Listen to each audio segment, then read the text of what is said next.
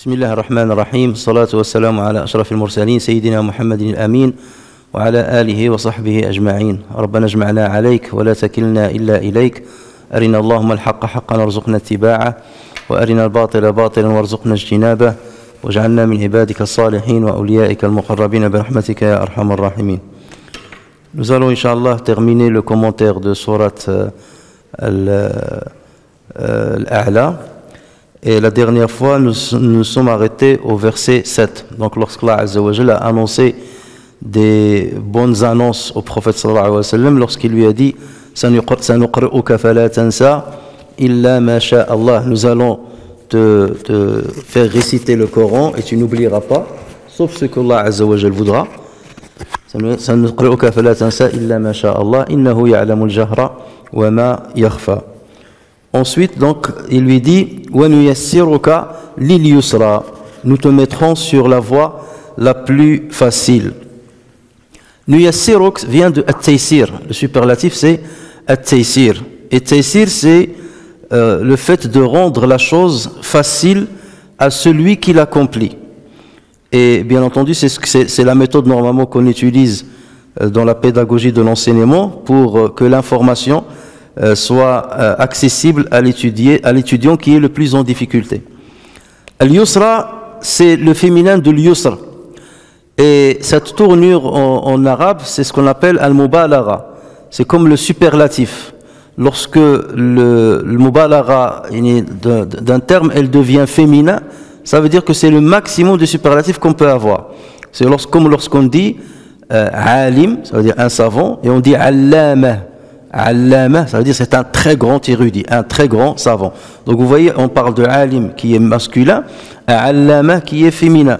Fahim, quelqu'un qui comprend bien, fahim, fahama.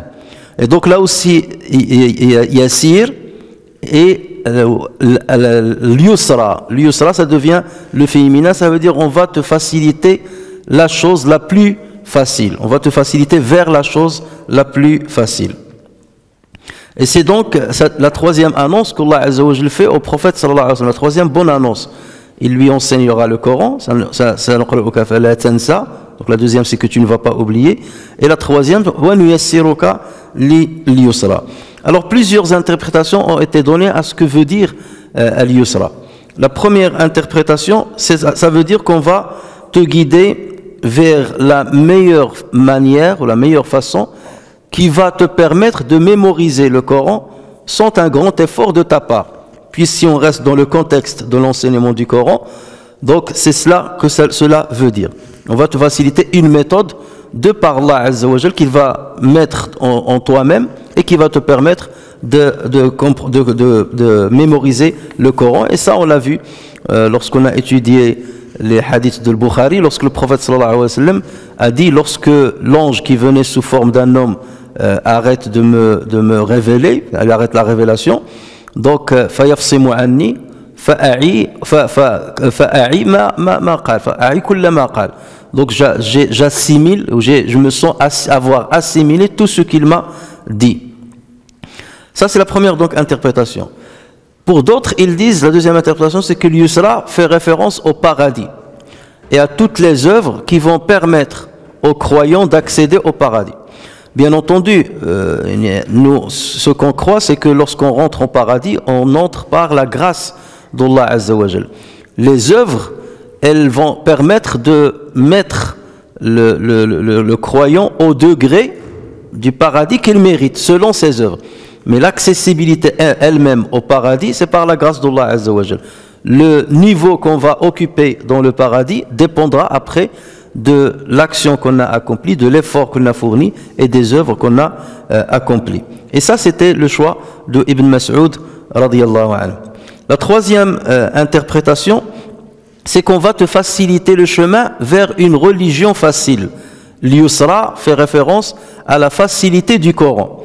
Et bien entendu, plusieurs textes prouvent ceci, prouvent que la religion musulmane, c'est une religion qui est accessible, une religion qui a été facile. Et le prophète sallallahu alayhi wa sallam le dit d'ailleurs dans un hadith rapporté par le Bukhari sur Abu Huraira radiyallahu anhu.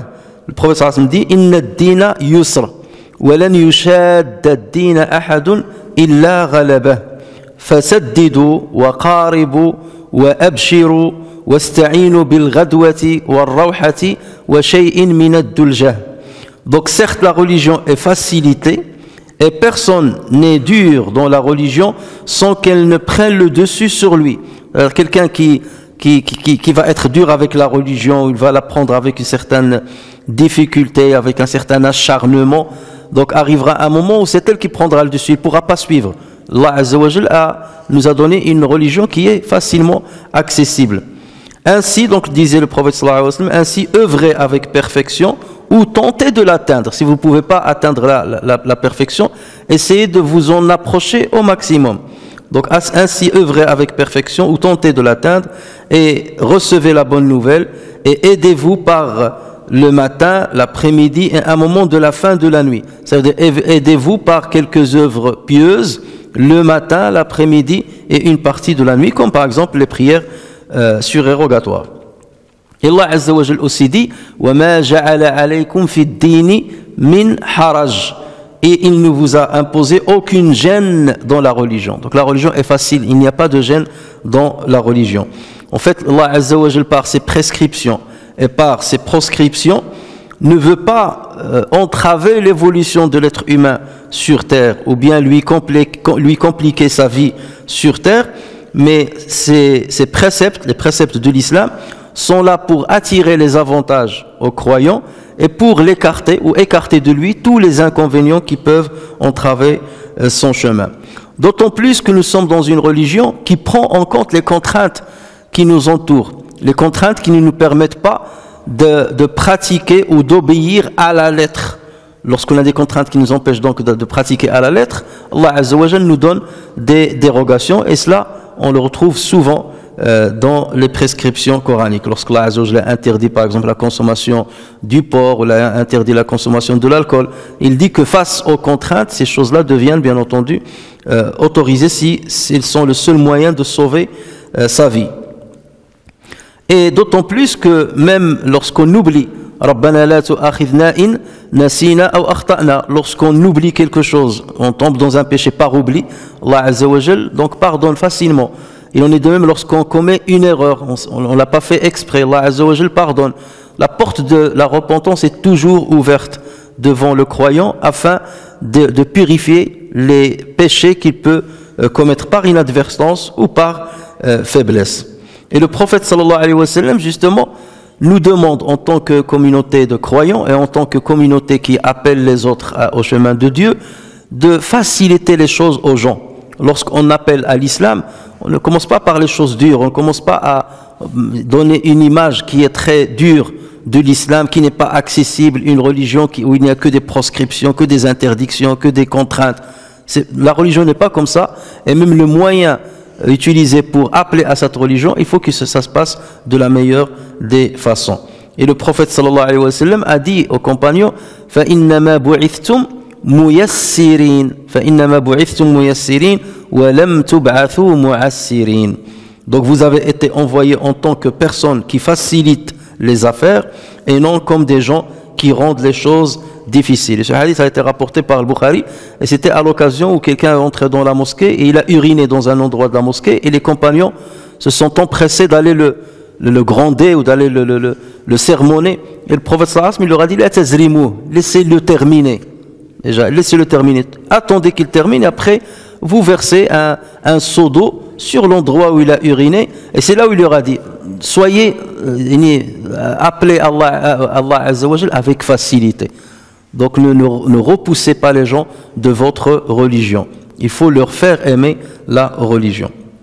Et parfois chez nous certains par exemple mouftis ou certains savants ils confondent le scrupule et l'obligation de se soumettre aux injonctions divines. Se soumettre à une injonction qui est claire, explicite, ça c'est quelque chose qui est tout à fait normal. Là, on ne discute pas là-dessus.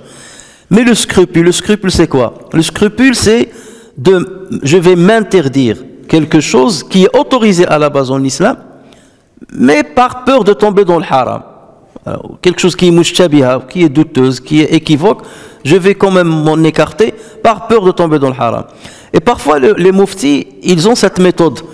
Si par exemple, eux, pour leur propre religiosité, ils choisissent la méthode la plus dure ou la voie la plus dure, ou la pratique la plus dure, ils veulent qu'ils fassent pareil, ils veulent faire pareil avec les autres, avec que ce soit un débutant ou quelqu'un qui est contrarié ou là qui est dans une contrainte.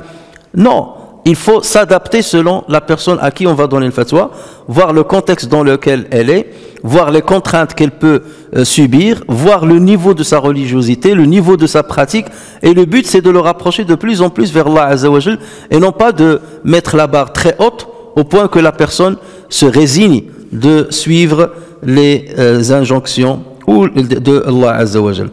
Et c'est pour cela que en islam on considère que quelqu'un qui interdit quelque chose qui est licite, c'est pareil que quelqu'un qui rend licite quelque chose qui est interdite. C'est exactement la même chose, c'est le même péché. Quelque chose qui est à la base licite et moi je la rends interdite.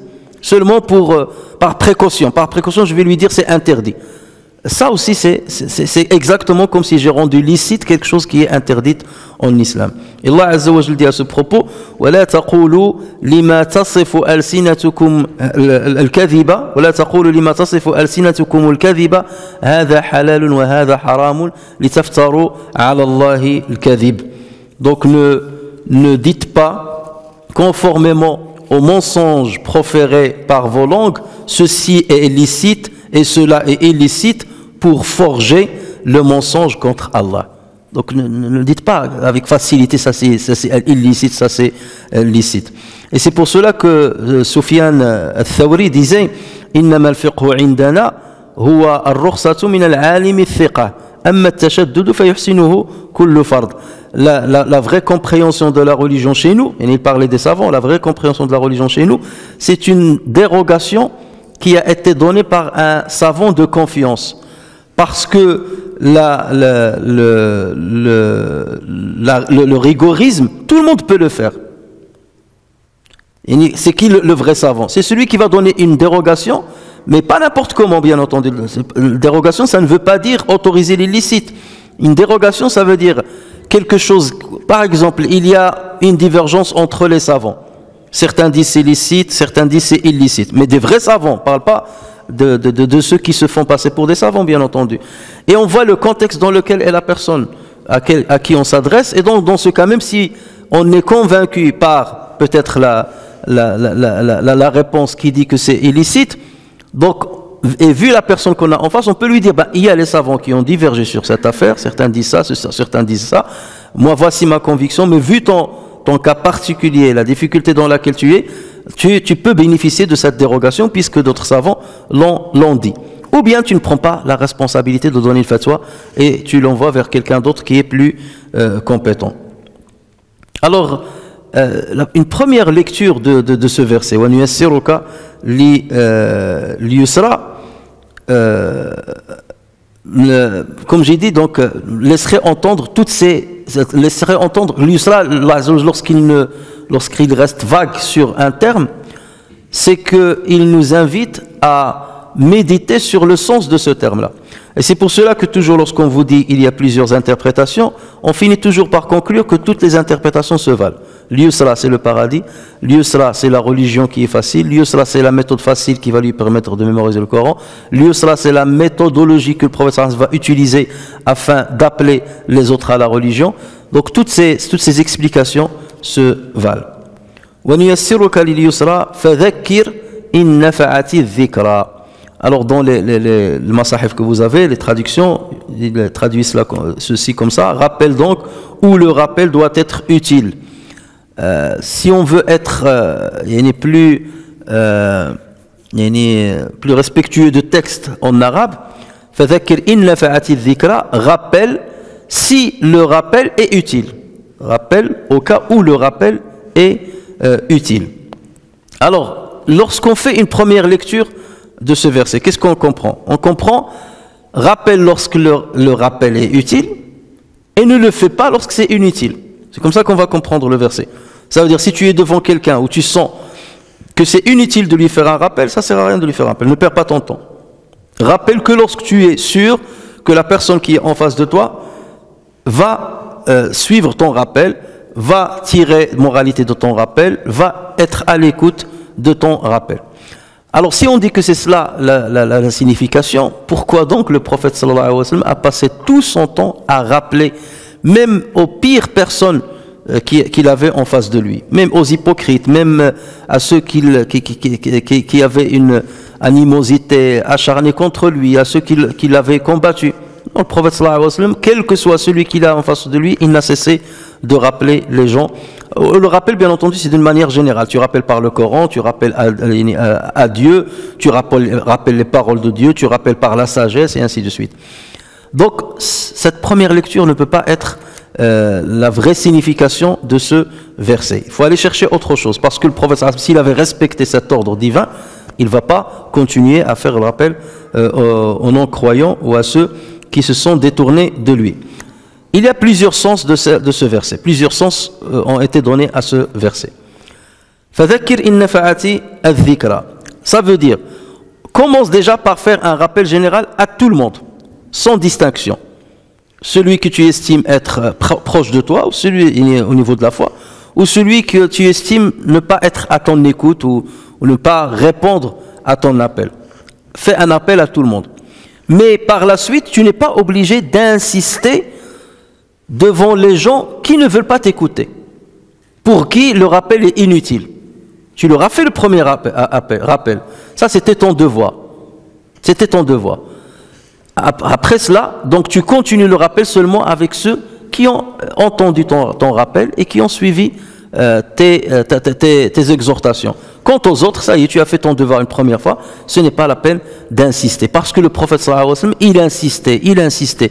Et on voit souvent qu'Allah azza wa jalla lui fait des reproches sur l'acharnement qu'il avait à essayer de les convaincre à rejoindre, à embrasser l'islam et à rejoindre la communauté des croyants. Et Allah azza wa jalla, il lui dit فَلَعَلَّكَ بَاخِعٌ نَفْسَكَ عَلَى آثَارِهِمْ إِن لَّمْ يُؤْمِنُوا بِهَذَا الْحَدِيثِ أَسَفًا. Tu vas te consumer de chagrin parce qu'ils ne veulent pas croire à cette parole-là. Tu n'as pas à te consumer de chagrin. Tu as fait ton devoir, ça y est, tu leur as fait le premier appel, n'insiste pas sur eux, parce que ça c'est pas utile pour ces gens-là. Donc ça, c'est le premier sens. Le deuxième sens, c'est de dire, rappelle ces négateurs, rappelle à ces négateurs, fais le rappel à ces négateurs, mais tu verras, ils ne vont pas t'écouter. Ça ne va pas leur être utile, ton rappel. On va dire, mais non, le verset, il dit, فَذَكِّرْ إِنْ نَفَعَتِ الذِّكْرَى. Rappelle si le rappel est utile. Et en fait, en arabe, on a cette forme-là, on l'utilise. Suppose, par exemple, tu as quelqu'un qui te dit, je suis en litige avec X, la personne X. Il ne veut pas me parler, il ne veut pas qu'on se réconcilie, ni rien du tout. Et j'ai essayé de lui téléphoner une fois, deux fois, trois fois, il ne veut pas me téléphoner. Qu'est-ce que je fais? Tu lui dis, ben ça y est, tu abandonnes. Lui, il te dit, ben non, je ne vais pas abandonner, je vais encore l'appeler une autre fois. Et toi, tu sais que l'autre, il ne va pas lui répondre, par exemple. Donc, qu'est-ce que tu vas lui dire? Tu vas lui dire, ben, rappelle-le s'il te répond. Appelle-le s'il te répond. Mais qu'est-ce que tu entends par ça? C'est-à-dire, appelle-le, mais moi, je suis sûr qu'il ne va pas te répondre. D'accord? Appelle-le s'il répond. Donc ça serait ça le sens. Rappelle, mais tu verras, ils ne vont pas entendre ton rappel. Mais rappelle-le, in nafa'ati dhikra. Si tu estimes que dhikra va leur servir. Mais de toute façon, ça ne va pas leur servir. Donc là, c'est un sens qui est complètement à l'inverse du premier sens. Et c'est un sens qui est aussi valide. Puisqu'en arabe, on peut l'utiliser. Et le troisième sens, c'est de dire, rappelle, que le rappel soit utile ou qu'il soit inutile. Qu'il soit utile ou inutile, tu dois rappeler quand même. Et ceci, on le trouve souvent dans le Coran. Lorsque, par exemple, Allah Azza wa Jal dit وَلَا تُكْرِهُ فَتَيَاتِكُمْ عَلَى الْبِغَاءِ إِنْ أَرَدْنَا تَحَصُّنًا وَلَا تُكْرِهُوا, ne contrariez pas vos femmes esclaves de faire la prostitution si elles veulent être chastes. D'accord? Et s'ils ne veulent pas être chastes, vous devez les obliger à faire la prostitution? Non. D'accord? Qu'elles veulent être chastes ou pas, vous n'avez pas à les contraindre à commettre la prostitution. Donc ici, in aradna tahassuna, ça ne veut pas dire si seulement elles ne veulent pas, si elles veulent être chastes, dans ce cas, vous ne devez pas les contraindre à commettre la prostitution. Et si elles ne veulent pas, faites-le. Non. L'islam, bien entendu, interdit la prostitution, encore plus, il interdit le fait de pousser les gens à commettre la prostitution. Donc là, vous comprenez que cette forme-là, cette syntaxe-là existe dans le Coran. Pareil, lorsque quelqu'un a divorcé sa femme 3 fois en islam, vous savez qu'après la 3e fois, qu'est-ce qui doit y arriver? Ils ne peuvent pas revenir ensemble, sauf si la femme se marie avec un homme étranger, et que celui-ci la divorce. Il ne faut pas que ça se fasse exprès. Ça veut dire que les circonstances ont fait qu'ils ne pouvaient plus vivre ensemble et qu'il l'a divorcé. Dans ce cas, elle peut revenir à son premier mari. Et Allah Azza wa Jal dit à ce propos dans Surat Al-Baqarah, فَإِن طَلَّقَهَا فَلَا جُنَاحَ عَلَيْهِمَا أَنْ يَتَرَاجَعَا إِنْ ظَنَّا أَنْ يُقِيمَا حُدُودَ اللَّهِ إِنْ ظَنَّا أَنْ يُقِيمَا حُدُودَ اللَّهِ. Ça veut dire, et si le nouveau mari la répudie cette femme, alors il n'y a pas de mal à ce qu'il reprenne la vie commune, qu'elle reprenne la vie commune avec l'ancien mari, s'il pense pouvoir se conformer aux ordres d'Allah. Et s'ils pensent qu'ils ne pourront pas se conformer aux ordres d'Allah, ils ne peuvent pas revenir. Si, ils ont le droit de revenir. Vous voyez ce que je veux dire?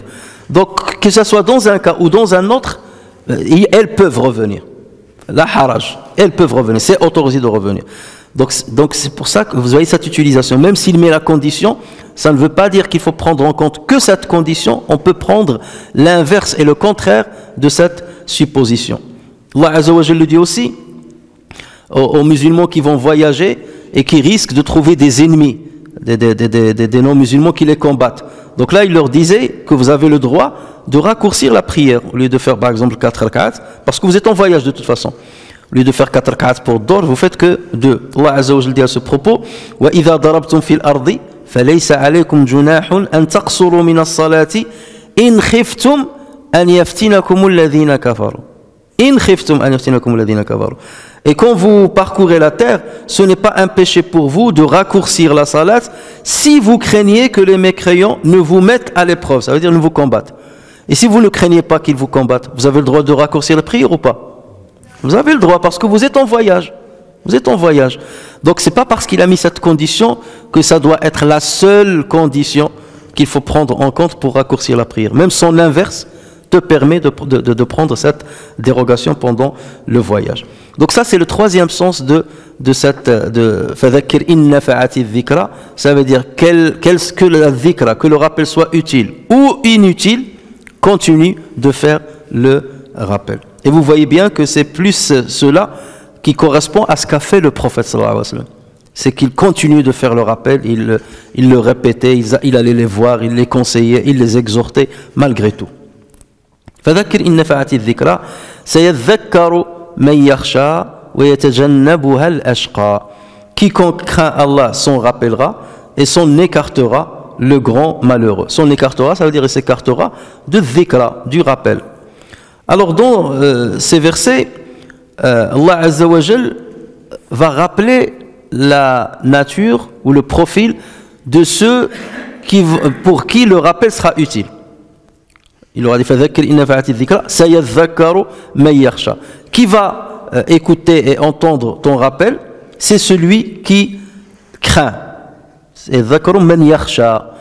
Et là, Allah Azza wa Jalla ne nous donne pas le complément. Il a utilisé le verbe man yakhsha, mais où est le complément d'objet? Il l'a pas cité. Yakhsha quoi? Il va craindre quoi? C'est là, toujours on dit, lorsque Allah Azza wa Jalla ne donne pas une précision complète, lorsqu'il reste vague, c'est exprès pour que nous puissions nous-mêmes nous méditer sur le sens, sur la fin de la phrase, le sens de la phrase, parce qu'elle peut supporter plusieurs significations, plusieurs interprétations qui se valent. Et donc c'est à nous d'avoir cette interaction avec le Coran, d'aller chercher par méditation ce que Allah Azza wa Jal veut de nous. Alors on peut craindre Allah Azza wa Jal. وَلِمَنْ خَافَ مَقَامَ رَبِّهِ جَنَّةً. On peut craindre la menace d'Allah Azza wa Jal. ذَلِكَ لِمَنْ خَافَ مَقَامِي وَخَافَ وَعِيد. D'accord? Ou bien lorsque Allah Azza wa Jal dit فَذَكِّرْ بِالْقُرْآنِ مَنْ يَخَافُ وَعِيد. Rappelle avec le Coran celui qui craint ma menace. Le wa'id, c'est la menace d'Allah Azza wa Jal. Donc craindre Dieu, craindre sa menace, craindre l'enfer. Donc tout cela donc, va dans ce sens-là. Et ce verset est très important parce qu'il répond à une catégorie de musulmans qui disent s'intéresser à la spiritualité et qui disent certaines paroles qui peuvent paraître au premier abord alléchantes, mais lorsqu'on les étudie dans le fond, on trouve que ce sont des paroles ou des allégations qui ne sont pas correctes. Lorsque quelqu'un te dit « Moi, je ne crains pas Dieu. Si je l'adore Dieu, ce n'est pas par crainte. » Ou si ça veut dire je ne crains pas l'enfer. Ce n'est pas pour ça que j'adore Dieu, parce que je crains l'enfer. Et ce n'est pas parce que j'espère le paradis, que j'ai envie d'aller au paradis, que j'adore Dieu. Moi, j'adore Dieu parce qu'il mérite d'être adoré. Alors, au premier abord, on dit ah, c'est une belle phrase. Et certains même disent nous, on adore Dieu, l'adoration des libres, non pas l'adoration des esclaves. Parce que l'esclave, il obéit à son maître par peur. Et non pas l'adoration des commerçants. Parce que le commerçant, il s'engage dans le commerce par espoir de gagner. Donc ils disent, il y a ceux qui adorent Dieu, l'adoration des commerçants. C'est seulement parce qu'ils cherchent le paradis. Et il y a ceux qui adorent Dieu, l'adoration des esclaves, parce qu'ils craignent l'enfer. Et nous, on adore Dieu, l'adoration des libres, parce que Dieu mérite d'être adoré. Alors, tout ce qu'ils disent n'est pas faux, et tout ce qu'ils disent n'est pas vrai. Allah Azza wa Jal a mis un système. Dans ce système-là, c'est quoi? C'est qu'il nous éduque, et il nous pousse à aller vers un chemin, vers un sirat. Et la méthodologie qu'il utilise, c'est une méthodologie d'apeurer, de takhwif, et de targhib. Et le fait de pousser, de faire naître l'espoir en nous. Donc ce sont deux méthodes qu'Allah Azza wa Jal utilise pour nous ramener vers ce chemin-là. Nous faire peur et nous donner l'espoir. Et par respect à Allah Azza wa Jal, nous devons justement avoir l'espoir et la peur. Donc le fait de dire, moi je m'affranchis de la peur et je m'affranchis de l'espoir et j'adore Dieu parce qu'il le mérite, c'est un manque de respect vis-à-vis d'Allah Azza wa Jal. Parce que Allah Azza wa Jal shadidul iqab, parce que Allah Azza wa Jal muntaqim, ça fait partie déjà des noms divins. Et muntaqim, ça veut dire qu'il risque de te punir dans l'enfer.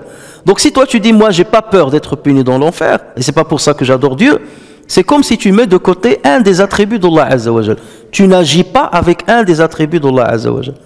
Lorsque par exemple Allah dit Huwa al-Rahim, Huwa al-Ghafour, Huwa al-Wadoud, et toi tu dis non, moi c'est pas ça qui m'intéresse, moi c'est parce qu'il le mérite lui, l'entité divine que j'adore, c'est que tu es en train de rentrer en collision avec des attributs divins. Donc le musulman c'est celui qui dit j'adore Allah Azza wa Jal par crainte et par espoir. Et parce qu'il mérite d'être adoré. Par crainte et par espoir, et parce qu'il mérite d'être adoré. Et regardez lorsque Allah Azza wa Jal nous parle dans Surat Al-Furqan de Ibad al-Rahman. Qu'est-ce qu'il dit parmi leurs caractéristiques? Qu'est-ce qu'il dit? وَالَّذِينَ يَقُولُونَ رَبَّنَا اصْرِفْ عَنَّا عَذَابَ جَهَنَّمَ إِنَّ عَذَابَهَا كَانَ غَرَامًا إِنَّهَا سَاءَتْ مُسْتَقَرًّا وَمُقَامًا. Ceux qui disent Seigneur, écarte de nous le châtiment de l'enfer, car son châtiment est permanent. Car son châtiment est permanent, c'est Allah Azza wa Jal qui le dit. Mais eux ils disent écarte de nous le châtiment de l'enfer. Ça veut dire qu'ils craignent le châtiment de l'enfer. Et d'ailleurs, regardez cette caractéristique, Allah Azza wa Jal l'a cité après qu'il a dit الذين يمشون على الأرض هونا, ceux qui marchent avec humilité sur terre. وإذا خاطبهم الجاهلون قالوا سلاما, lorsque les ignorants leur parlent, ils leur disent salam, en paix. وَالَّذِينَ يَبِيتُونَ لِرَبِّهِمْ سُجَّدًا وَقِيَامًا, ceux qui passent la nuit devant leur Seigneur prosternés et debout. الَّذِينَ يَبِيتُونَ لِرَبِّهِمْ سُجَّدًا وَقِيَامًا, et tout de suite après il a dit وَالَّذِينَ يَقُولُونَ رَبَّنَا اصْرِفْ عَنَّا عَذَابَ جَهَنَّمَ. Théoriquement quelqu'un qui passe toute la nuit à prier Dieu debout et prosterné. Une prière surrogatoire, puisqu'il dit passe toute la nuit, c'est pas l'Isha ou le Fajr, c'est toute la nuit il est en train de prier. Normalement, on va dire, ben celui-là, c'est impieux, il n'a rien à craindre. Il n'a rien à craindre parce qu'il est impieux, il passe toute la nuit à prier. Et pourtant, il est dans cette position-là et il manifeste sa crainte. Rabbana sarif anna azab jahannam, inna azabaha kana gharama. Pourquoi? Parce que le croyant, c'est celui qui se dit, si j'ai manifesté de la foi, et si j'ai traduit cette foi en une pratique, je n'ai aucun mérite dans tout cela. C'est Allah Azza wa Jal qui m'a guidé pour que je sois croyant, et c'est lui qui m'a guidé pour que je pratique. Donc je n'ai aucun mérite. Et puisque je n'ai aucun mérite, je ne peux pas avoir confiance en moi. Et dire, ben c'est grâce à mon effort, c'est grâce à mon jihad que je suis devenu croyant. Non, le musulman reste humble. Il dit, il se peut qu'à la dernière minute, Allah Azza wa Jal interrompt l'aide qu'il est en train de m'octroyer, et dans ce cas, je basculerai vers la mécréance. Et le prophète sallallahu alayhi wa sallam l'a si bien dit, lorsqu'il a dit Walladhi nafsu Muhammadin biyadihi inna ahadakum la ya'malu bi'amali ahli al-jannah hatta la yabqa baynahu wa baynaha illa dhira' fayasbiqu alayhi al-qawl fay'amalu bi'amali ahli an-nar fayadkhulu an-nar. Par celui qui détient mon âme, il y a parmi vous ceux qui vont œuvrer dans le sens de ceux qui vont aller au paradis, jusqu'à ce qu'il ne leur reste pour entrer dans le paradis qu'un pont, et le destin les devance, que là leur a de destinée, le destin les devance, et ils vont œuvrer avec les œuvres des gens de l'enfer, et ils finiront dans l'enfer. Bien entendu, il y a une raison derrière ça. Dans une riwaya, dans ce qui paraît aux autres. Mais toujours est-il que le croyant a toujours cette crainte. Et c'est pour cela qu'Omar ibn Khattab, il disait, par Dieu, si Allah Azza wa Jal dit tout le monde entrera au paradis, sauf une personne que je n'autoriserai pas de rentrer dans le paradis, je craignerais que ce soit moi. Et d'autres hadiths, si Allah Azza wa Jal me dit entre au paradis, que je mets mon premier pied dans le paradis, j'aurais toujours peur qu'il ne me laisse pas y accéder par mon deuxième pied. Vous voyez? Donc c'est pour cela que nous devons craindre Allah Azza wa Jal. Et les versets qui parlent de la crainte, qui parlent de l'enfer et tout ça, il ne faut pas les lire comme si je ne suis pas concerné.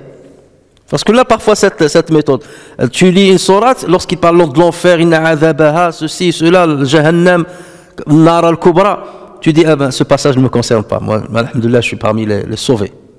Non, tu lis ce verset-là comme si tu es concerné. Comme si tu es concerné. Et tu vas craindre Dieu beaucoup plus que celui qui est égaré, ou tu vas craindre Dieu encore plus que celui qui n'est pas obéissant. Et c'est cela le vrai musulman. C'est celui-là qui va se rappeler. Alors que celui qui a dans le cœur une certaine assurance, il est assuré qu'il va aller au paradis, il est assuré qu'il va rester sur le bon chemin, il est assuré qu'il ne va pas aller en enfer, il est assuré que Dieu ne va pas le punir. Le dhikra ne le toucherait pas. Ne le toucherait pas.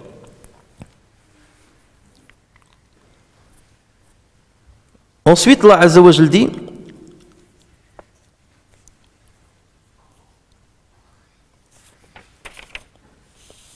وَيَتَجَنَّبُهَا الْأَشْقَى. Il s'en écartera le grand malheureux. Il s'écartera de ce rappel. يَتَجَنَّبُهَا, ça revient à dhikra. Le pronom ha revient à al-dhikra. Alors on s'attend à ce que Allah Azza wa Jal dise وَسَيَتَجَنَّبُهَا الَّذِي لَا يَخْشَى. سَيَذَّكَّرُ مَنْ يَخْشَى. Celui qui va se rappeler, c'est celui qui craint. D'accord? Et celui qui va s'écarter du rappel, c'est celui qui ne craint pas. Or Allah Azza wa Jal ici, et celui qui ne va pas s'en rappeler, qui ne va pas bénéficier du rappel, c'est le grand malheureux. D'accord? Il aurait dû dire, c'est celui qui ne craint pas. Et celui qui ne craint pas, son issue, c'est un grand malheur. Il sera dans l'enfer, donc il aura un grand malheur. Or lui, il n'a pas cité ce à quoi on s'attendait. Et ça montre la rhétorique coranique, comment il est importante. En fait, avec deux versets, Allah Azza wa Jal a résumé ce qu'on pouvait dire, ce qu'on devait dire en 4 phrases. Il l'a dit en 2 phrases. D'accord? Normalement, si on veut détailler cela, ça veut dire quoi? Sayadhakkaru man yakhsha. Sayadhakkaru man yakhsha. Va se rappeler celui qui craint. Et celui qui craint, puisqu'il va se rappeler, donc il sera parmi ceux qui vont réussir. D'accord? Celui qui craint va se rappeler et donc il va réussir et être heureux. Ça c'est deux phrases. Celui qui craint va se rappeler, ça c'est la première phrase. Et celui qui va se rappeler va être heureux. Ça c'est la deuxième phrase. Et s'écartera de dhikra celui qui ne se rappellera pas, et celui-là va devenir un grand malheureux. C'est 4 phrases. Mais Allah Azza wa Jal, c'est comme s'il a enlevé l'issue du premier, d'accord, et il l'a mis pour le deuxième. Et pour le premier, il a mis seulement la condition qui lui permet de se rappeler, et il a enlevé le deuxième pour nous donner son issue. D'accord? Donc ça veut dire que Sayyadhakaru man yakhsha, et dans ce cas, il sera heureux. Il n'a pas cité il sera heureux. Comment je vais le savoir? C'est en voyant le contraire. L'ashqa, le grand malheureux. Celui-là est grand malheureux, donc le premier est grand heureux. D'accord? Et puisque celui-là est ashqa, celui-là est un grand malheureux, ça veut dire l'autre est un grand heureux. Et puisque celui-là, yakhsha, il craint Allah Azza wa Jal, ça veut dire que celui-là ne craint pas. D'accord? Donc c'est pour cela que lorsqu'Allah Azza wa Jal ôte certaines phrases auxquelles on s'attend, on dit le sens de c'est qu'il y a un miracle littéraire dans ce que Allah Azza wa Jal dit. Et il faut bien entendu le détecter. وَيَتَجَنَّبُهَا الْأَشْقَى. L'ashqa, c'est le superlatif de shaqi. Al-shaqi et l'ashqa, superlatif. Le grand malheureux, le plus grand malheureux. Shaqi dans le jargon religieux, c'est celui qui est dans l'enfer.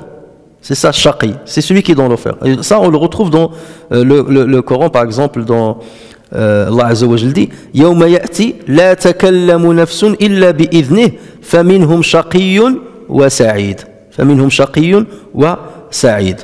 Donc, en parlant du dernier jour, donc Allah Azza wa Jal dit le jour où cela arrivera, ça veut dire le jour où le jugement arrivera, le jour où cela arrivera, nulle âme ne parlera qu'avec sa permission, qu'avec la permission de Dieu. Il y aura des malheureux et des heureux. Shaqi wa sa'id, des malheureux et des heureux. Et rappelez-vous du hadith du prophète sallallahu alayhi wa sallam, lorsque l'homme est dans le ventre de sa mère, dans les phases embryologiques, donc arrive un stade où Allah Azza wa Jal envoie l'ange et il écrit 4 choses. Donc parmi lesquelles, shaqiyun am sa'id. Donc toujours cette question shaqi, de qu'on l'entend, ça veut dire c'est dans l'enfer, shaqi, ou sa'id, c'est celui qui est dans le paradis. Parce que ça c'est l'issue ultime de chacun de nous, soit dans un cas, soit dans un autre. Et lorsque Allah dit l'ashqa, donc on va tout de suite dire dans ce cas shaqi, qu'est-ce qu'il aura? Là il a parlé de l'ashqa, le grand malheureux, et le malheureux tout court, shaqi, qu'est-ce qu'il aura? Les deux sont dans l'enfer, sauf qu'on sait très bien que dans l'enfer aussi il y a des degrés, et le plus bas degré c'est celui réservé aux hypocrites, d'accord?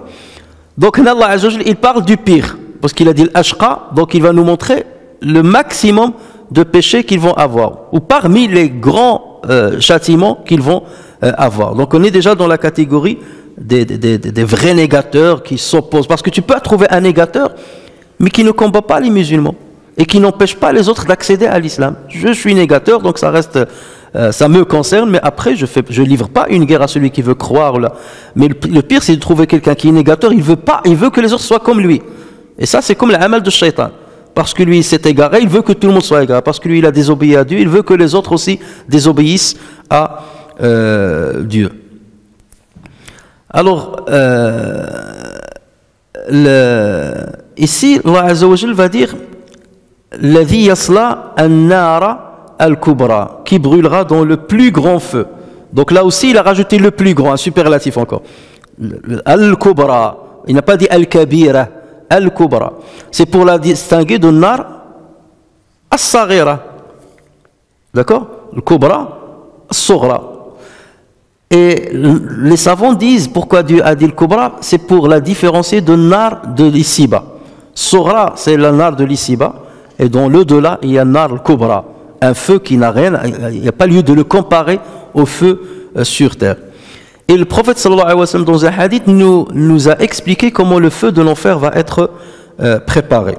Ainsi, dans un hadith rapporté par Tirmidhi, il a dit Uqida ala an-nari alf sanatin hatta ihmarrat thumma uqida alayha alf sanatin hatta biyaddat ثم أوقد عليها ألف سنة حتى اسودت فهي سوداء مظلمة. Donc le feu de l'enfer a été réchauffé pendant 1000 ans jusqu'à ce qu'il est devenu rouge. Et le rouge, c'est ce que nous connaissons, le feu rouge. Puis 1000 ans jusqu'à ce qu'il est devenu blanc. Et là, on ne sait pas ce que c'est qu'un feu blanc. Puis 1000 ans jusqu'à ce qu'il est devenu noir. On ne parle pas ici de la fumée. On parle le feu lui-même qui devient noir. Et ça, on ne connaît pas en tout cas. Et là, il y a, dans ce hadith-là, il y a un petit signe à une découverte scientifique.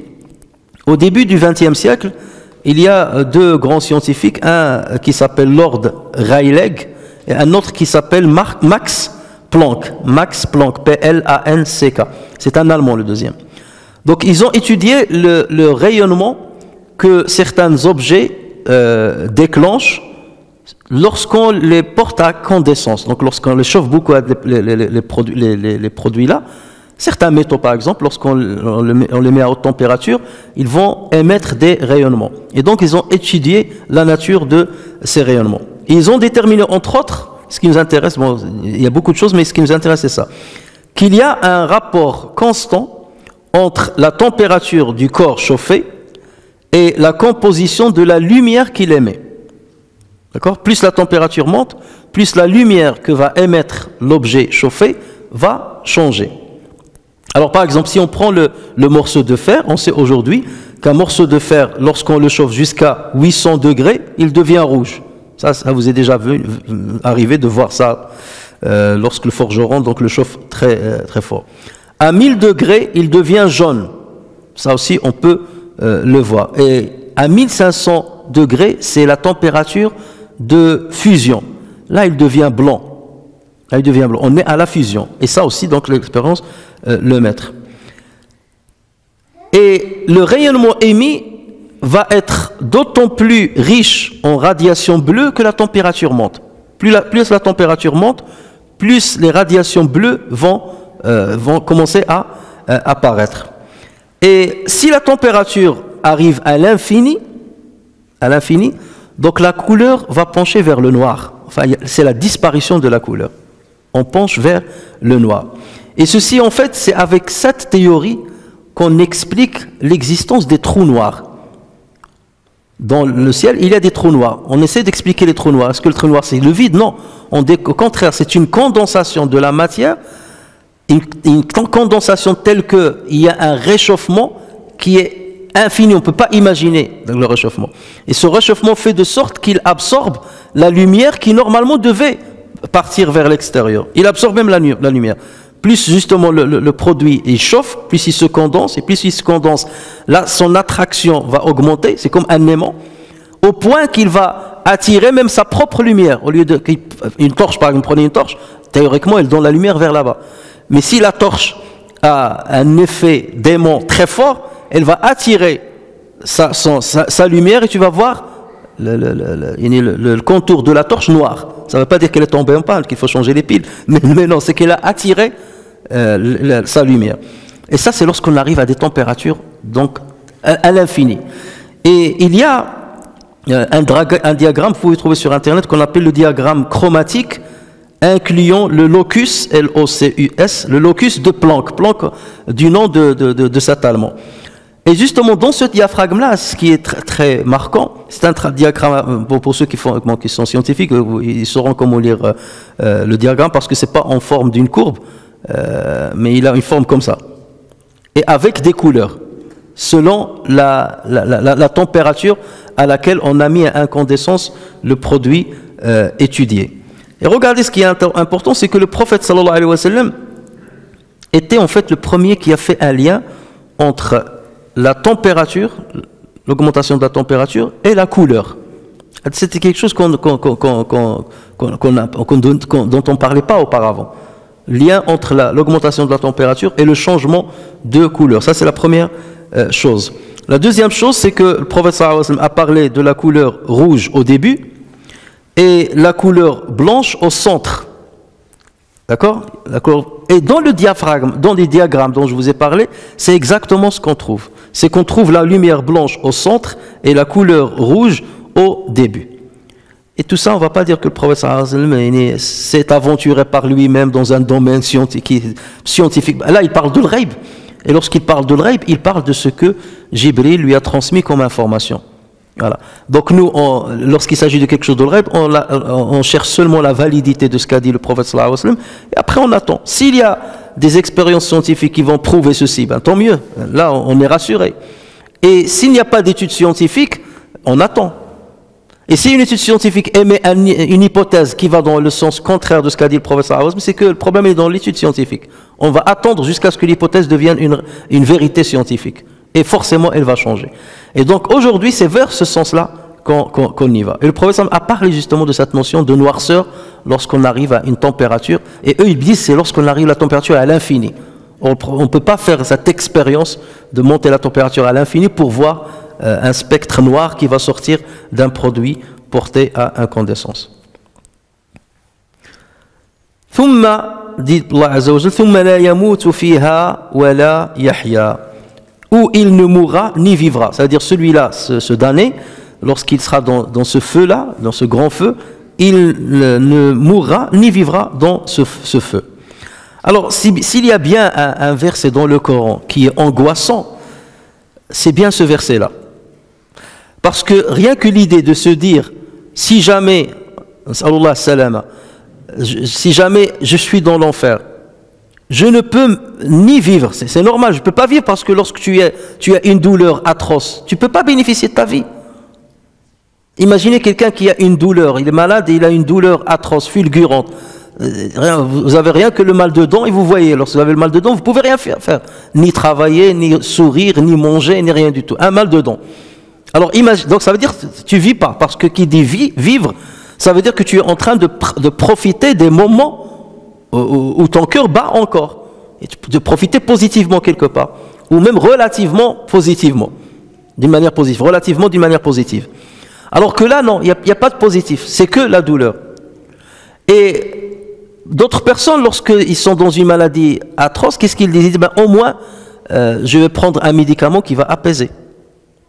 Et à défaut de prendre le médicament, de toute façon, je vais finir par mourir. Et ça sera le repos.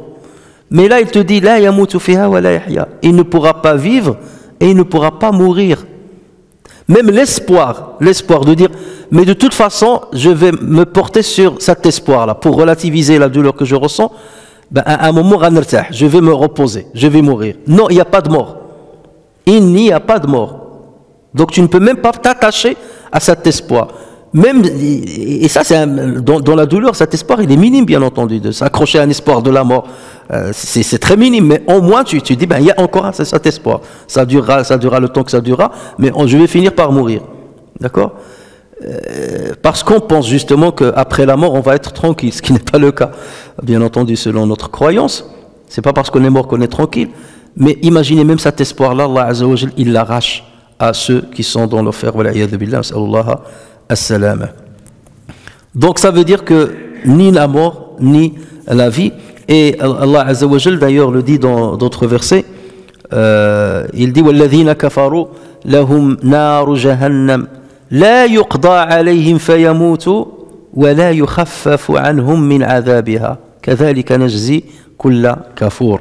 Quant à ceux qui ne croient pas, c'est au feu de Jahannam qu'ils seront livrés, et ni la mort ne mettra fin à leur tourment, ni ces derniers ne connaîtront d'allègement, ni les tourments ne connaîtront d'allègement. Tel est le châtiment que nous infligeons à tout négateur endurci.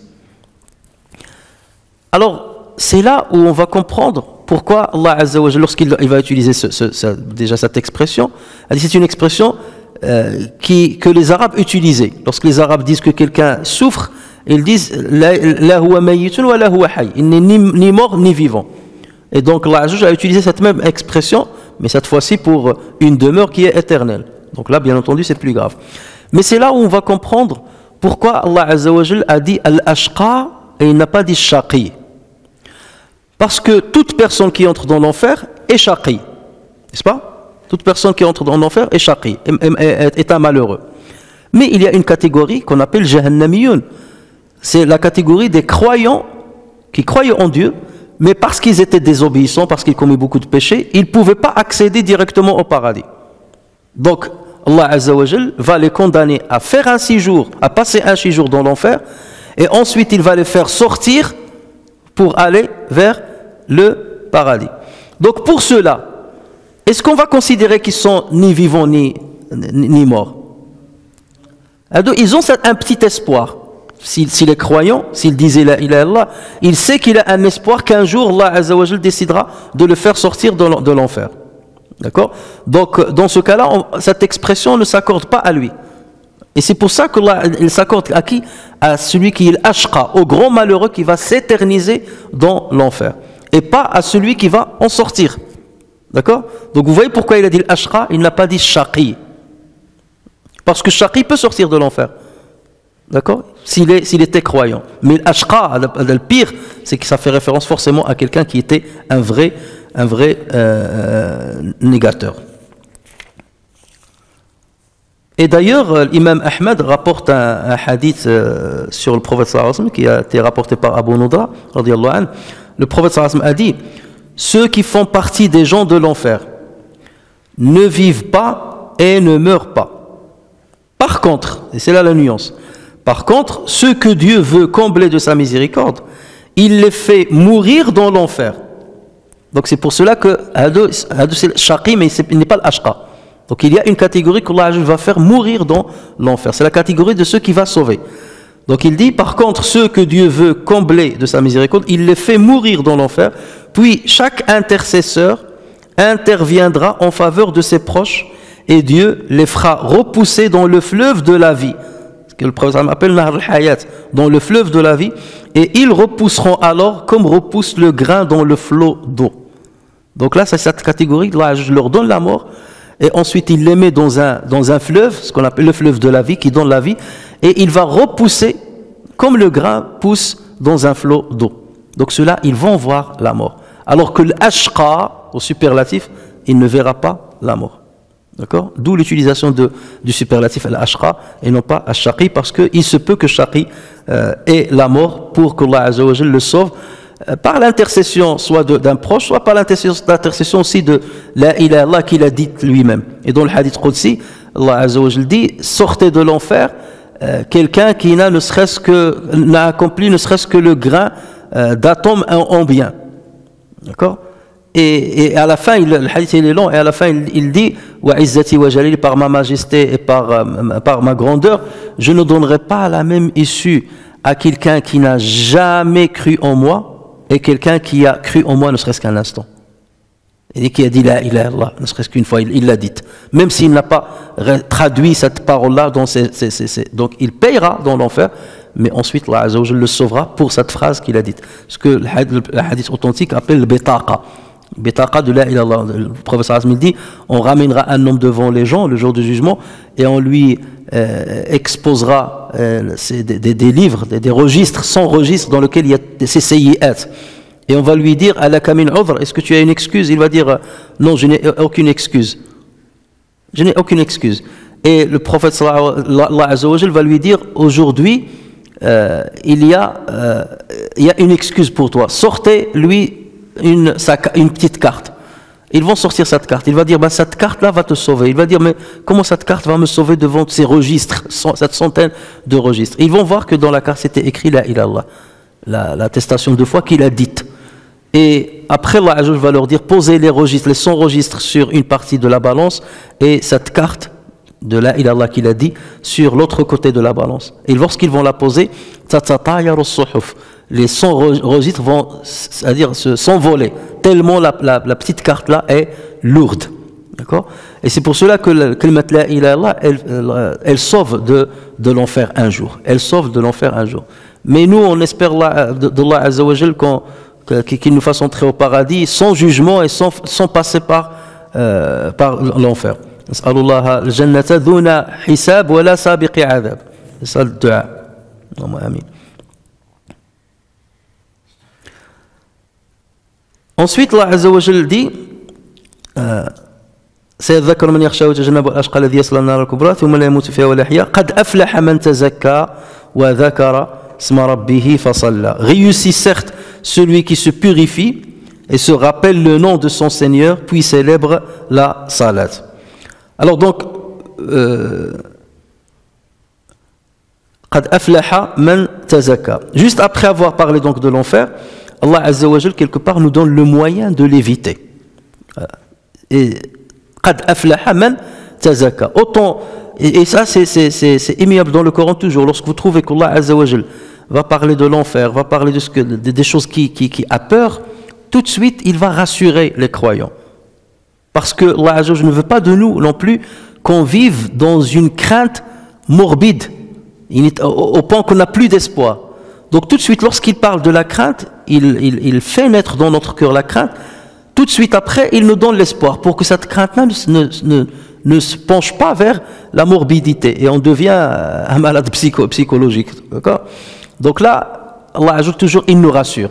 Ça veut dire, si vous faites ce que je vous dis, soyez rassurés, vous ne serez pas concernés. Mais attention, il faut toujours avoir une crainte qui est éveillée. Et d'ailleurs, dans le hadith Qudsi, Allah Azza wa Jal dit, Ana inda dhanni abdi bi, in dhanna bi khayran, falahu, wa in dhanna sharran, falah. Je suis pour mon serviteur ce qu'il croit que je suis pour lui. S'il pense que je lui accorderai du bien, alors je lui en accorderai. Et s'il pense que je vais lui accorder du mal, je lui accorderai. Et c'est pour cela que le musulman doit toujours avoir un équilibre entre la crainte et l'espoir, sauf au moment de la mort. Au moment de la mort, il faut faire prépondérer l'espoir et non pas la crainte. Il faut terminer notre vie avec l'espoir en Allah tabaraka wa ta'ala. Regardez Bilal lorsqu'il allait mourir, la dernière phrase, qu'est-ce qu'il a dit? Il a dit Ghadan alqal ahibba Muhammadan wa sahbah. Demain je vais rencontrer mes bien-aimés, Muhammad et ses compagnons. On termine toujours avec une note d'espoir et non pas avec une note de désespoir. Donc Dieu rassure le croyant qui se purifie, ben tazakka, qu'il n'aura que la réussite. Et Ibn Abbas dit, il parle de celui, ça veut dire quoi qui se purifie? Il parle de celui qui se purifie de l'associationnisme, du shirk, par le rappel et l'intérêt qu'il donne aux exhortations.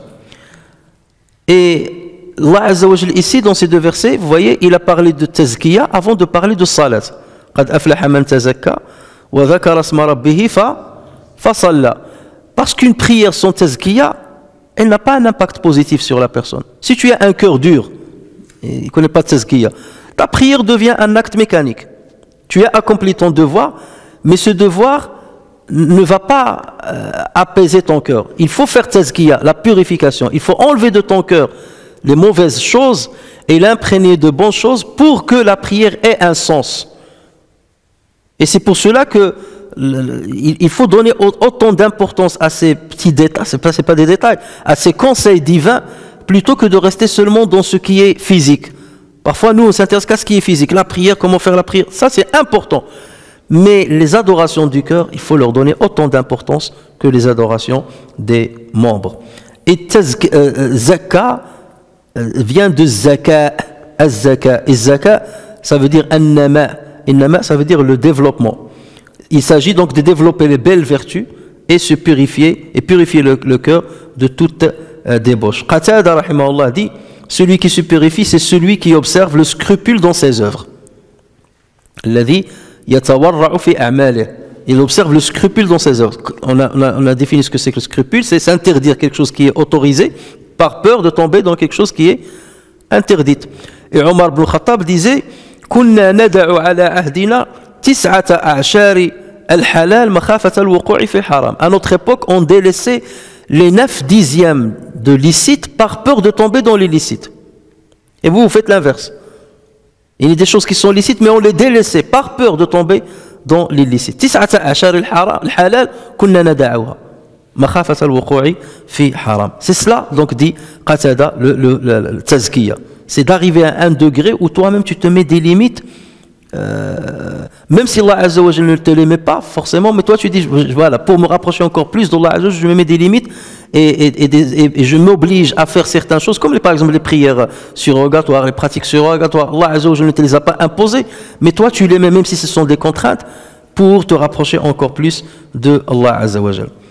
Alors, donc, Tazkiya, comme vous avez vu, plusieurs l'expliquent de certaines manières, à leur manière. Mais Ali ibn Abi Talib est allé encore plus loin pour expliquer ce verset. Qad aflaha man tazakka, il a dit ça, c'est zakat al-fitr. Qad aflaha, celui qui a donné zakat al-fitr. Wa dhakara asma rabbih, il a dit dhakara asma rabbih, c'est le takbir de l'Eid. Wa dhakara asma rabbih. Fa salla, c'est la prière de l'Eid. Et pourtant, ces versets, ils ont été, cette sourate, il y a l'unanimité des savants qui disent qu'il a été révélé à la Mecque, on l'a dit dans l'introduction. Il a été révélé à la Mecque, ça veut dire le jeûne n'était pas encore rendu obligatoire, le pèlerinage n'était pas encore rendu obligatoire, et l'Eid ne s'accomplissait pas. C'est une fois à Médine que le prophète sallallahu alayhi wa sallam, lorsqu'il a vu les Médinois fêter une fête, ils lui ont expliqué que c'est Ashura parce qu'on célèbre le triomphe de Moussa alayhi salam. C'est là où il leur a dit Inna Allah abdalakuma, Allah azza wa jalla vous a remplacé certaines fêtes de Médinois, pas celui de Ashura, mais une fête que les Médinois avaient, il vous l'a remplacé par deux fêtes, Eid al-Adha et Eid al-Fitr. Donc c'est venu beaucoup plus tard, alors qu'ici on était encore à la Mecque. Mais toujours est-il que donc on voit que Tazkiya, ça revient plutôt beaucoup plus à la question du cœur qu'à Zakat al-Fitr, comme a dit Ali ibn Abi Talib. Ata, rahimahullah, dit ce verset serait descendu au sujet de Uthman ibn Affan. Qad aflaha man tazakka. Mais le hadith n'est pas authentique. C'est qu'il y avait un hypocrite à Médine qui avait un jardin et il avait un grand palmier. Et ce palmier, il avait des branches qui dépassaient sur le terrain de son voisin musulman. Il se disait musulman, mais c'était un hypocrite. Et donc il y avait des dattes qui tombaient dans le terrain de son voisin. Et le voisin, donc ses enfants, ils prenaient les dattes, ils les mangeaient. Et ça lui est arrivé aussi de manger les dattes. Mais après, il a eu un remords, il est allé voir le prophète sallallahu alayhi wa sallam. Il a dit voilà, j'ai un voisin, un tel, il a un palmier qui penche vers moi et parfois les dattes tombent sur mon terrain, donc je les mange avec mes enfants. Est-ce que j'ai le droit ou pas? Donc le prophète sallallahu alayhi wa sallam a convoqué l'homme et il lui a dit voilà, ton frère mange avec ses enfants, il mange les dattes de tes palmiers qui tombent chez lui. Est-ce que tu l'autorises à le faire? Et tu auras un palmier dans le paradis. Voilà, moi je suis garant que Dieu te donnera un palmier dans le paradis. Et donc cet homme, il lui a dit je n'accepte pas un salaire différé d'une marchandise actuelle. Il y a une marchandise qui est sur place. Et c'est là où on voit qu'il n'avait pas de foi. Tu as un palmier dans le paradis. C'est pour l'utiliser, bien entendu. C'est pour que tu en profites. C'est pas pour le laisser. Toi, tu seras dans l'enfer. Et normalement, il devait sauter sur l'occasion. Mais lui, voilà, les dates là, il ne voulait pas leur salaire. Je n'accepte pas ça. Et tout de suite, Uthman ibn Affan s'est levé. Il lui a dit, Ya Rasulallah, je lui propose une chose. J'ai une palmeraie à Médine. La palmeraie Intel, je suis prêt à la lui donner. En contrepartie de quoi il laisse son voisin et ses enfants manger de ces dates. De ces dates. D'accord? Et donc, pour Ata, il a dit ce verset serait descendu à cette occasion-là. Il est pour rendre hommage à Uthman ibn Affan, radiyallahu anhu. Et on savait que Uthman ibn Affan, c'est pas la seule chose qu'il a faite. Il a creusé le puits de Roma. Il a acheté toute l'arme le professeur Hassan était en train de préparer une armée et il a invité les musulmans à participer, à faire des dons pour justement acheter des armes et tout.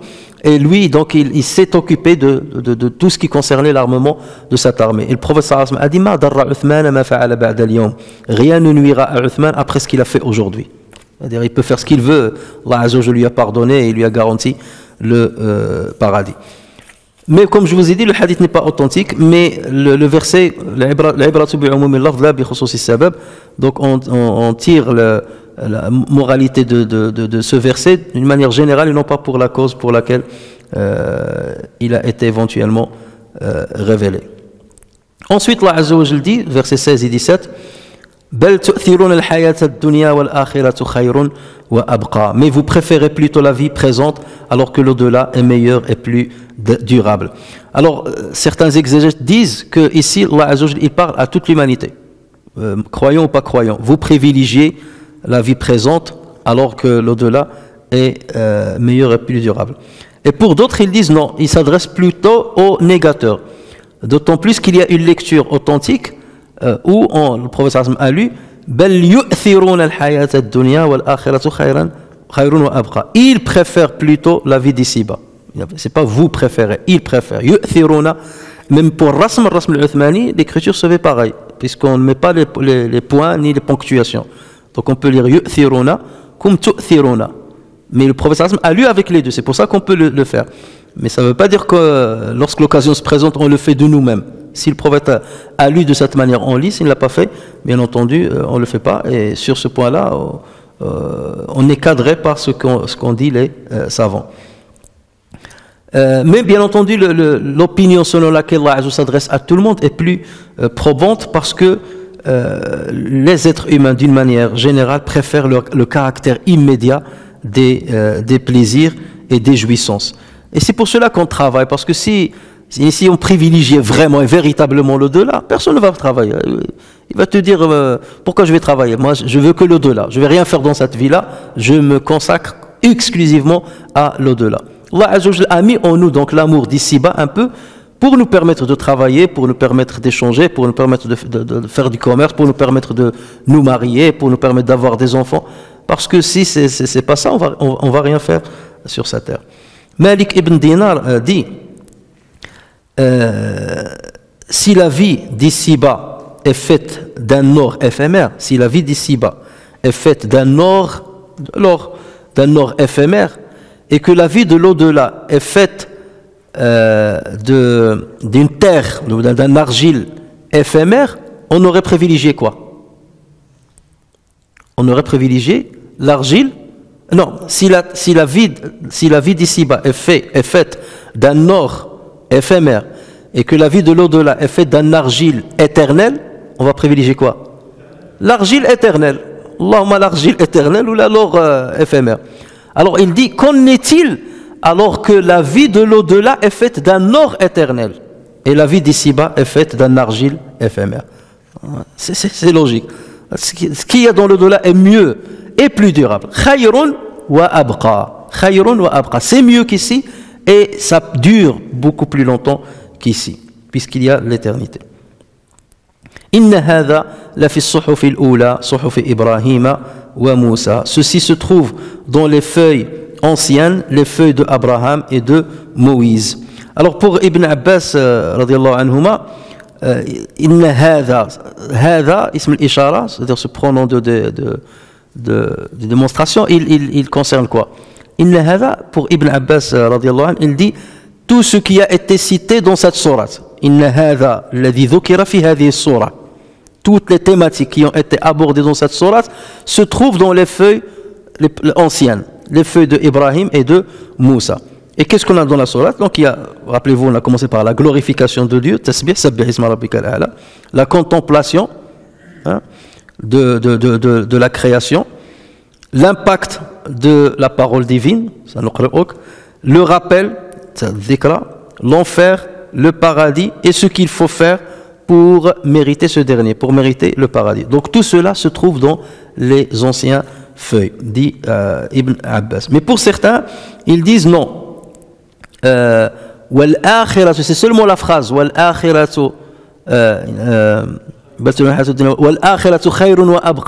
c'est cette phrase-là qui se trouve dans les feuilles anciennes.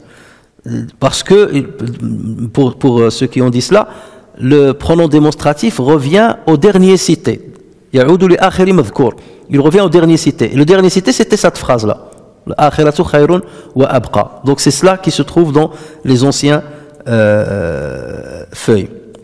Et il y a un long hadith, mais il est faible, mais bon, on prend en compte quand même dans ce genre de situation. Un long hadith rapporté par Ibn Hibban. Ibn Hibban l'a authentifié, mais d'autres savants l'ont considéré comme faible, comme Sheikh al-Arnaout rahimahullah. Et c'est un hadith rapporté sur Abu Dhar al-Ghifari Et il dit qu'un jour, il est rentré dans la mosquée, il a trouvé le prophète sallallahu alayhi wa sallam assis. Donc il s'est rapproché de lui, il s'est assis à côté de lui, il a commencé à lui poser plusieurs questions. C'est pour ça que le hadith est très long. Et dès que vous voyez qu'un hadith est très long, c'est qu'il y a de fortes chances qu'il est faible. Parce que le prophète sallallahu alayhi wa sallam, d'habitude, il ne parle pas beaucoup. Il donne quelques phrases que les gens retiennent. Et donc, parmi ce que donc Abu Dharr al-Ghifari radiyallahu anhu a dit, il a dit à Rasulallah, qu'étaient les feuilles de Ibrahim, en faisant référence à cette sourate, qu'étaient les feuilles de Ibrahim? Le prophète sallallahu alayhi wa sallam de répondre, kanat amthalan kulluha. Les feuilles d'Ibrahim étaient, il y avait dedans que des modèles de citations. Et ensuite, le prophète sallallahu alayhi wa sallam a donné quelques exemples. Bon, je ne vais pas tous les citer. Il a dit, ô toi le roi despote, éprouvé, donc ça c'est Dieu qui s'adresse à un roi. Ô toi, roi despote, éprouvé et orgueilleux, je ne t'ai pas envoyé pour amasser les biens de la vie d'ici-bas, mais je t'ai envoyé pour donner droit aux transgressés, parce que je réponds aux transgressés, même s'il n'est pas croyant. Et une autre citation, l'homme doué d'intelligence doit avoir 3 moments dans sa journée. 1 heure de munajat, ça veut dire de dialogue intime avec Dieu, un moment où il s'auto-juge, et un moment où il médite sur la création de Dieu. Et il rajoute ainsi qu'un moment où il vaque à ses besoins. Et il a cité 2 autres citations. Ensuite, donc, Abu Dharr al-Ghifari lui a dit, Ya Rasulallah, qu'étaient les feuilles de Moïse alors? Et le prophète sallallahu alayhi wa sallam, kanat wa'dhan kulluha, lui a-t-il dit. C'était que des, ou la kanat hikaman kulluha, c'était que des sagesses. Parmi elles, il y a, je suis étonné de celui qui a la certitude de la mort. Comment arrive-t-il à être content? Et je suis étonné de celui qui sait qu'il y a la prédestination et qui pourtant s'acharne dans son travail, etc. Et ensuite, donc, Abu Dharr al-Ghifari dit, Ya Rasulallah, est-ce qu'il y a parmi ces paroles quelque chose entre nos mains aujourd'hui? Et les paroles des anciens feuilles, est-ce qu'il y a encore une parole qu'il y a entre nos mains? Et le prophète sallallahu alayhi wa sallam a dit, bien sûr, n'as-tu pas lu Qad aflaha man tazakka وذكر اسم ربه فصلى بل تؤثرون الحياة الدنيا والآخرة خير وأبقى. Donc c'est ce passage-là qu'on a entre nos mains et qui était dans les feuilles des anciens. Pour terminer, ce qu'il faut savoir, c'est qu'il n'y a pas une sagesse qui existe dans les autres religions monothéistes qui ne soit pas dans la religion musulmane. Il est toute sagesse que vous trouverez chez les autres religions, des sagesses qui vont dans le bon sens, bien entendu, forcément vous allez trouver une qui est pareille dans les textes religieux, les textes scriptures religieux, qu'il s'agisse du Coran ou de la Sunna du prophète sallallahu alayhi wa sallam. En revanche, toutes les sagesses qui se trouvent dans les textes scripturaires islamiques ne se retrouvent pas forcément dans les autres religions. Parce qu'Allah Azza wa Jal a fait de sorte que la religion musulmane soit la dernière. Et puisqu'elle est la dernière, donc il faut qu'elle englobe toutes les sagesses qu'Allah Azza wa Jal a révélé à ceux qui nous ont précédés et qu'il avait laissé pour les révéler exclusivement au prophète Mohammed sallallahu alayhi wa sallam. Mais ça aussi c'est un signe du Coran pour que les musulmans justement ne rejettent pas obligatoirement tout ce qu'ils trouvent chez les autres religions. Il y a des choses bien entendu qui concordent parfaitement avec ce qui existe chez nous.